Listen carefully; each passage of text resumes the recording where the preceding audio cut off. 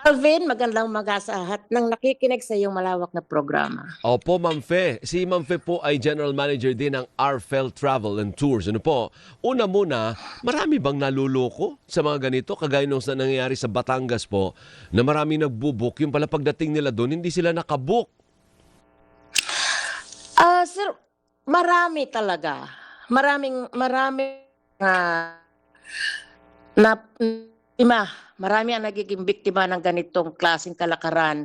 Kasi nga, mura eh. Alam naman natin, pag mura, yun ang lagi naming sinasabi, noon at noon pat, inuulit-ulit namin, hindi lahat ng mura ay totoo. Di po ba? Kasi magtataka ka na rin lang naman eh, bakit masyadong mura? So, wala namang masama kung mag-check. Wala rin namang, kami, dapat unang-una, pahalagahan yung perang pinaghirapan bago ipawalan. So, kung maaari lamang, ay makipag-ugnayan sila sa mga travel agency or tour operators na miyembro ng anumang asosasyon katulad ng PTAA at lalong higit ay accredited ng Department of Tourism. So hindi Yun sila ang dapat, maganda eh. Ma'am Fe, hindi sila dapat pumapatol sa Facebook kasi meron dyan mga nag-aalok eh. Di ba pang social media, Instagram, TikTok, may mag-aalok eh. Yung nakakainganyo, magpapakita ng napakaganda mga picture. Tapos kunwari may experience na ganito na pinagkakatiwalaan sila at napakaganda ng karanasan. Hindi dapat naniniwala basta-basta sa mga ganon. Wala namang, sinabi namin, wala namang masama sa social media. Pero ang kailangan lang, sir, ay mag-check. Mag-check kung ito ba ay isang lehitimong site, tumawag. Yun ang pinaka-importante, sir, eh. Yung nag-o-offer, kailangan may lehitimong number na pwedeng matawagan. Huwag lamang pong cellphone. Kasi pag ikaw ay bumili sa isang social media site o sa isa Facebook, tapos hiningan ka ng deposito o ng bayad, ipadala mo sa ganito, ipadala mo sa GCash, nandyan yung number. Wag niyo pong gagawin yon. Kasi po mamaya, pag nakapagpadala na po sila, tatawagan mo ulit yung number na pinadalahan mo. Sir, hindi na po yun masyadong, ibig ko sabihin, maya-maya po yung number na tinatawagan nyo, wala Wala na. na. O, tama. Kasi, Minsan, kasi nga po Ma'am Fe, nawawala na, hindi po tama talaga. minsan, Ma'am Fe, ginagaya po yung page or naglalagay po ng ibang Yes. number, kinokopya yung page. Parang kita mo, ala, kopyang-kopya. Pero bakit dito mura? Ba't pag sa website ako pumunta, yung actual website nila, mahal? Ay, syempre, alam mo naman mga kababayan natin, pag mura, kagat, patol. Ay, nako. Tama po yun, sir. Basta ang kinakailangan talaga, sir, is meron silang number na matatawagan. Wag lamang pong cellphone. Kung maaari po, meron silang landline na pwedeng matawagan at makapag-confirm. Kung ano po ba tama, lihitimo po ba itong ating kinakausap na isang travel agency o tour operator?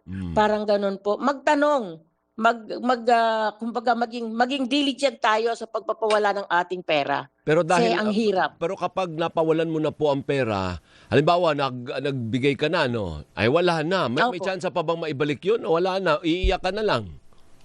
Wala na, sir, kasi hindi mo na nga makontak yung number na binigay sa iyo. Oh. So saan mo pa yung hahanapin, sir? Hindi ka naman pwede mag-report sa mga may pulis o kung saan mang mga body na pwede ka mag-report kasi sino ang ire-report mo? Tatawagan mo, hindi mo na makokontak. Paano yung pag nandun na po siya, kagaya nung sa Batangas, yung report ng correspondent namin, ilang beses na raw, nandun na mismo sa resort.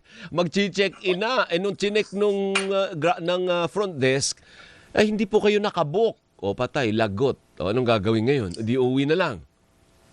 Well, yung madalas na nangyayari doon sa ganun, Sir Alvin, is since andun na, nagkasubuan na, ay magbabayad na lamang. Naku po, Para lang doble. hindi Opo, ang sama doon, sir, is syempre meron tayo sa aming lingwahe, meron kaming tinatawag na publish rate. ang babayaran mo ngayon ay yung publish rate.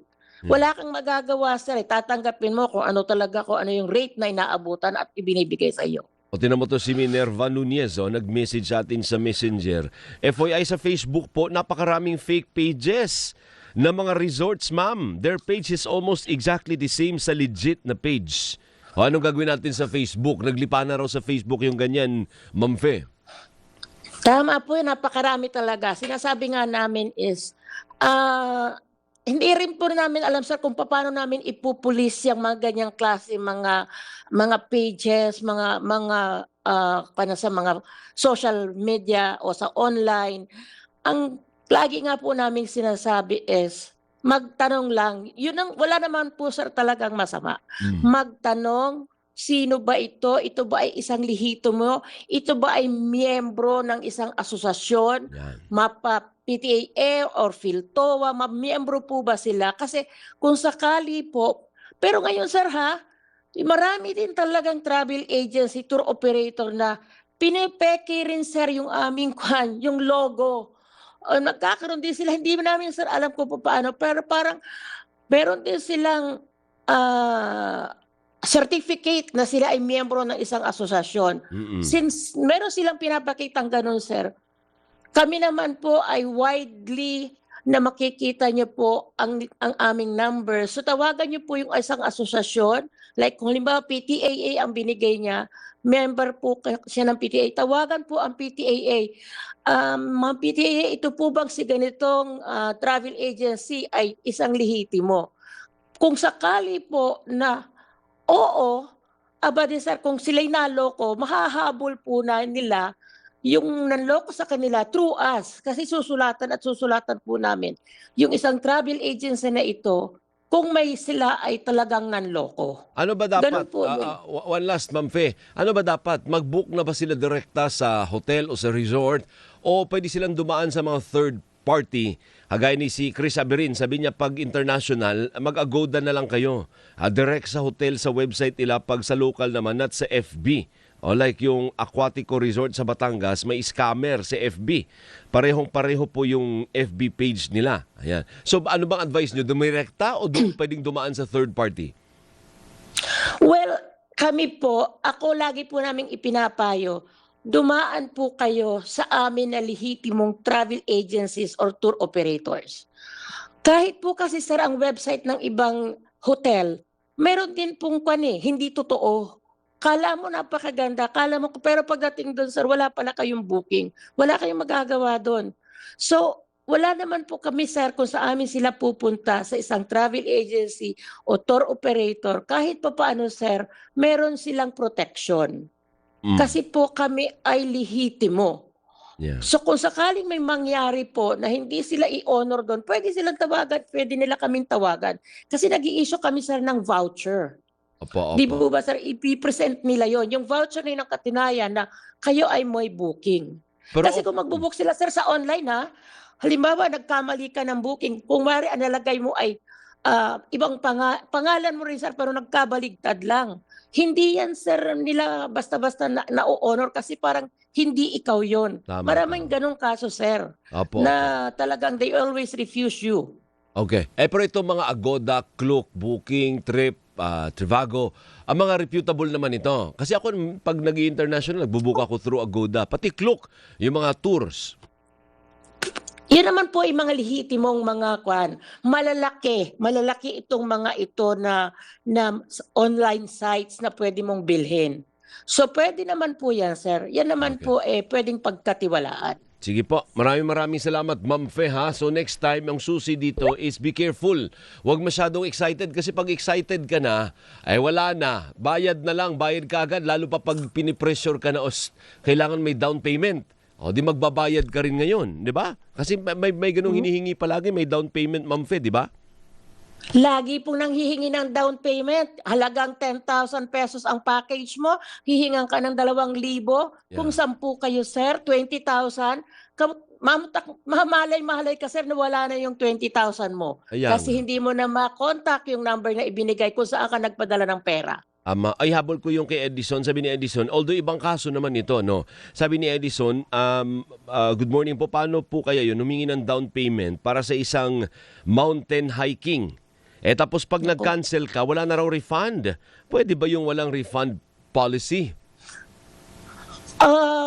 Hindi po pwedeng ganun, sir. Kasi po halimbawa, legitimate yung pagkaka-cancel. Kung sila ang nag-cancel mismo, kung yung ang nag-cancel mismo ay yung nag-ooperate, ay dapat namang mag-refund ka.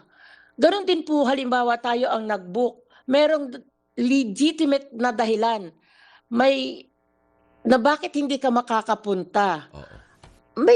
Siguro sir, hindi mo man lang makukuha lahat. Siguro may cancellation fee na tayong tinatawag. Hindi, tsaka wag naman siguro dikit. Halimbawa, ang hike mo ay mamaya, ay bukas, magka-cancel ka 12 midnight. Hindi naman pwedeng ganun. Kasi nire-ready na yung naman, ng tour yun eh. Di ho ba? Opo. Dapat Kailangan may enough talaga, time. kami sir, kasi may cancellation period. Tama. Di ba sir, halimbawa 7 days before, Yan. ganyan. At least bigyan nyo naman po kami ng pagkakataon na maibenta rin pa rin namin yung slots sa Tama. iba kung sakali. Opo. Tama. Sige, Ma'am Fe, mabuhay po kayo, ha? Maraming salamat po palagi sa pagiging available sa interview namin. Thank you po. Mabuhay ka. Siyempre sir, para po sa inyo. Salamat po. Si Salamat Ma'am Fe po. Abling, you po yan ang Inbound Committee Member ng Philippine Travel Agency Association at General Manager ng Arfel Travel and Tours. Ayan, buti